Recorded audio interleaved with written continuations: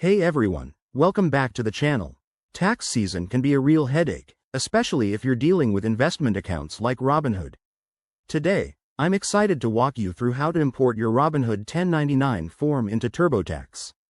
This simple process can save you tons of time and help avoid those pesky manual entry errors. Let's dive right in. First off, make sure you're logged into your Robinhood account. Head over to the Account or Documents section. Look for the Tax Documents area.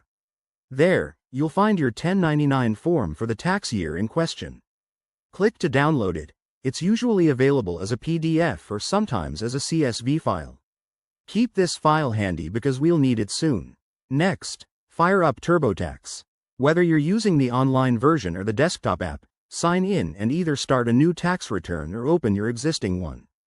Once you're in, navigate to the Federal Taxes section. Under Wages and Income, you'll see an option for Import. This is where the magic happens. Click on that. In the Import wizard, search for Robinhood. If it's listed as a supported broker, select it and follow the prompts.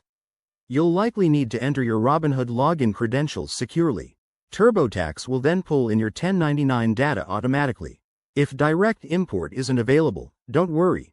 Just choose the option to upload your downloaded file.